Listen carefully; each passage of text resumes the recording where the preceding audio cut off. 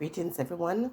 Let me start out by saying we all have a magic, but not everyone knows how to harness it, not everyone knows how to use it, and also those who know how to use it, some will use it for evil. So, in the hand of the practitioner, good and evil exist. Now, let's get that out of the way. Then, as human beings, we are vibrating on different frequency. And as a result, we are drawn to different avenues. Some of us go in the spiritual path, seeking to discover not God, but God within us as goddesses and gods. Listen, the word God and goddesses doesn't really, God does not come from the African, retention. But we use it because, we're taken from the motherland and brought to a place where we speak this language and therefore these words are used. But when you look at yourself as an individual, as a human being, understand that you're one with the universe.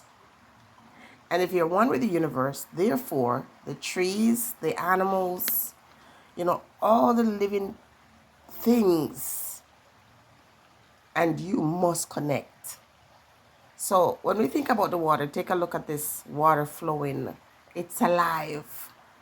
And as you breathe, it's breathing. Any water that's not alive, it stands still, it stinks, animals cannot live in it. So when we try to separate ourselves from nature, that's when we die. We're stagnant. We sit in one place. I also want to say to people who have questions about individuals who are spiritual, who are constantly going through the turmoil, understand that every time you create or erase magic, there must be a test. So you have to find and ride your storm, whether you want to or not.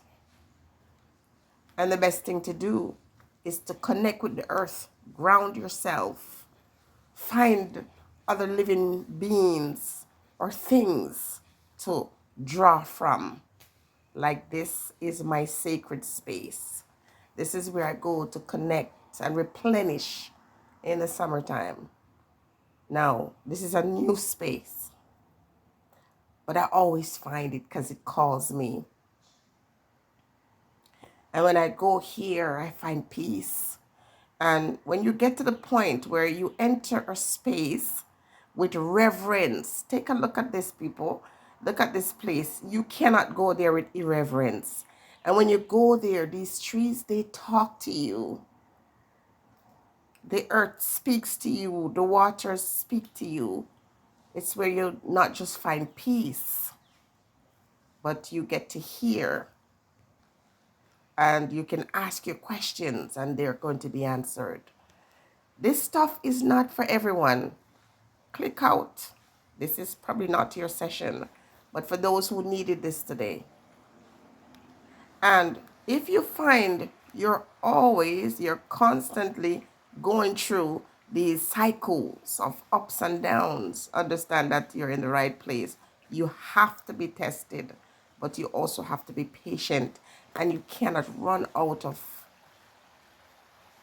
that trust in what you know, not believe.